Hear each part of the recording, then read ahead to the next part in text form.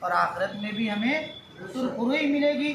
اللہ نے ہمیں جہنم کی آگ سے بچایا ہے صرف اس جھگڑے کو ختم کرنے کی بنیاد پر، اللہ سے ڈرنے کی بنیاد پر، اللہ سے محبت کرنے کی بنیاد پر، اللہ کی رسی کو مضبوطی سے پکڑنے کی بنیاد پر اللہ کہتا ہے ہم نے تمہیں جہنم کی آگ سے بچا لیا، جبکہ تم اس کے کنارے پہنچ چکے تھے، جبکہ تم جہنم کے دروازے تک پہنچ چکے تھے، لیکن ہم نے تم پر کرم کیا اور تمہیں وہاں سے نکالا اور تمہیں جنت کا راستہ دکھایا۔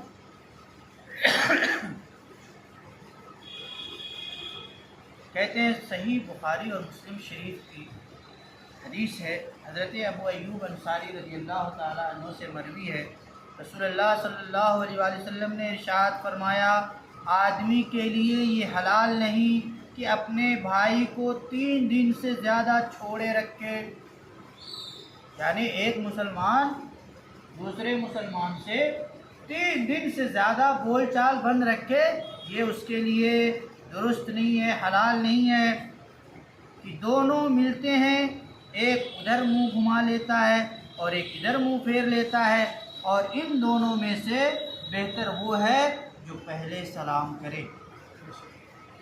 ان دونوں میں سے یعنی کوئی ایک کو دیکھ کے ادھر منہ گھما لیا، ایک نے دیکھ کر کے ادھر منہ گھما لیا، تو اللہ کے نبی نے فرمایا ادھر ادھر گھمانے والوں میں سے وہ شخص سب سے بہتر ہے جو گھمائے نہ اور پہلے آ کر کے اس مسلمان بھائی سے سلام کرے۔ سلام کرنا یہ تمام جھگڑوں کو مٹا دیتا ہے، اسی لیے کہا ہے اللہ کے نبی نے بات کرنے سے پہلے سلام کیا کرو۔ سلام میں کیا ہے؟ ایک دوسرے کے لیے دعا ہے۔ تو جب ایک دوسرے سے بات آپ دعاؤں کے ساتھ شروع کریں گے، دعا دیتے ہوئے اور دعا لیتے ہوئے شروع کریں گے، تو دشمنی بچی رہے گی یا ختم ہو جائے گی؟ دشمنی بچی رہے گی یا ختم ہو جائے گی؟ ختم ہو جائے گی۔ تو اللہ کے نبی نے فرمایا کہ جو پہلے سلام کرے گا وہ سب سے بہتر ہوگا۔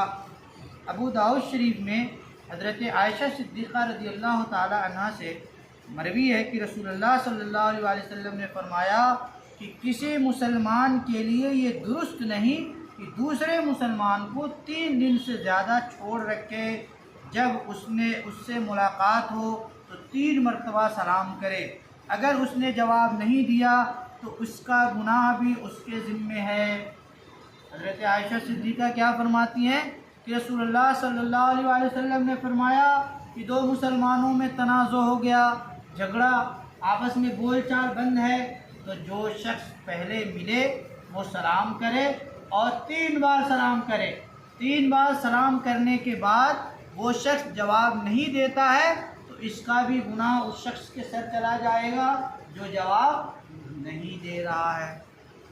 تو اس میں فائدہ ہے یا نقصان ہے؟ اپنا فائدہ ہے نا، آپ گناہ سے بچ رہے ہیں نا، تو اس لیے مسلمان کا کام ہے، مسلمان کا عمل ہی یہ ہے کہ ہمیشہ خود سلامتی میں رہے اور اپنے دوسرے مسلمان بھائی کو بھی سلامتی میں رکھے۔ یہی اللہ اور اس کے رسول ہمارے لیے حکم فرما رہے ہیں۔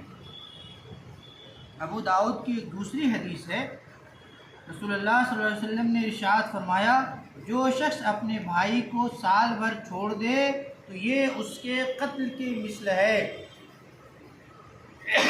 جو شخص اپنے مسلمان بھائی سے 1 سال تک بات چیت نہ کرے، 1 سال تک دعا سلام نہ کرے، گویا ان دونوں نے ایک دوسرے کو قتل کر دیا۔ ایک دوسرے کو کیا کر دیا؟ قتل کر دیا۔ اور کسی مسلمان کا قتل کرنا کتنا بڑا گناہ ہے۔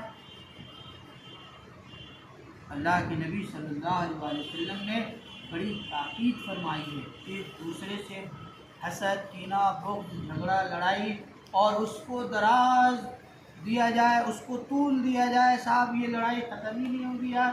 ہم لوگ کیسے انسان ہیں؟ اللہ رب العزت ہمارے تمام گناہوں پہ پردہ ڈالے ہوئے، کسی کو دکھاتا ہے؟ وہ کسی کو دکھاتا ہے؟ امام اعظم ابو حنیفہ رضی اللہ تعالی عنہ کا یہ حال تھا کہ جب کوئی بندہ وضو کرتا نا تو وضو کے پانی سے جو گناہ ٹپکتے تو آپ فرمایا کرتے یہ فلاں گناہ اس کا ٹپک رہا ہے، فلاں گناہ اس کے جسم سے گر رہا ہے. اللہ رب العزت نے اس کو بھی بند کروا دیا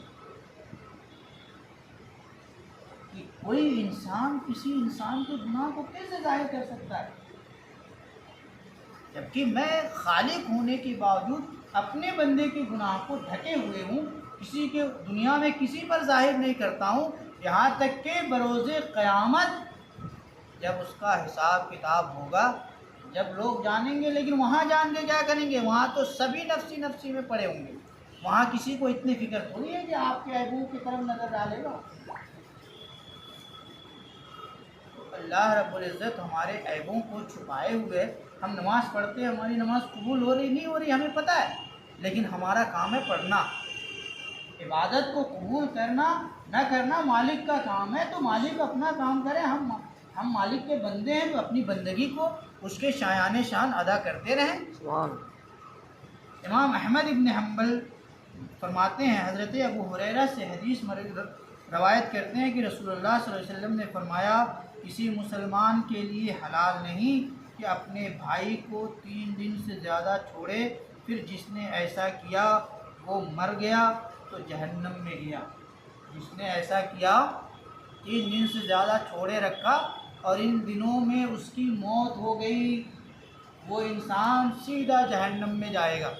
اب آپ ذرا سوچئے کہ کوئی انسان پنجگانہ نمازی ہے، صوم و صلات کا پابند ہے، اور اپنے بھائی سے بغض اور کینہ حسد رکھے ہوئے ہے، اور اسی حالت میں اس کی موت ہوئی، اور اللہ کے نبی فرما رہے ہیں کہ اس حالت میں جس کی موت ہوئی وہ جہنم میں گیا. اب آپ بتائیے اس کو جہنم سے کون نکالے گا؟ جو جہنم سے نکالنے والا ہی کہہ رہا ہے کہ ایک شخص جہنم میں گیا تو اسے جہنم سے نجات کون دلوائے گا؟ اس لیے ہم تمام مسلمانوں کو یہ برے عمل کو ترک کرنا ہے. اگر ہم سے کسی سے جانے انجانے میں کوئی غلطی ہوئی ہے جس کی وجہ سے ہماری وجہ سے ہمارے بھائی کو تکلیف پہنچی ہے، تو بحیثیت مسلمان ہمیں پہل کرنا ہے اور جا کر کے اس سے معافی تلافی کرنی ہے. معافی تلافی کرنے کے لیے آپ کو جس حد تک جانا ہو اس حد تک جائیں اور اس کو راضی کر لیں. اور آپ کا کسی نے دل دکھایا ہے تو آپ کے لیے ضروری ہے کہ آپ اس کو کہے بغیر اس کو معاف کر دیجئے، اور وہ مل جائے تو اس سے دعا سلام کر لیجئے. تو آپ کو 2 اجر ملیں گے. ایک اجر یہ کہ آپ کو اس نے تکلیف پہنچائی، اس کے باوجود آپ صبر کر کے اسے معاف کر دیے، ایک اجر یہ. اور جب وہ ملے تو آپ پہل کریں سلام کرنے میں، دوسرا اجر یہ. اللہ رب العزت اور اس کے نبی صلی اللہ علیہ وآلہ وسلم کیا فرماتے ہیں؟ ان دونوں میں سب سے بہتر وہ ہے جو پہل کرے سلام کرنے میں، پہل کرے بات کرنے میں، پہل کرے جھگڑے کو ختم کرنے میں، پہل کرے تمام پریشانیوں کو دور کرنے میں. تو ایسا شخص جو ہے اللہ اور اس کے رسول کے نزدیک مقبول ہوتا ہے. اللہ رب العزت ہم سب کو اس عمل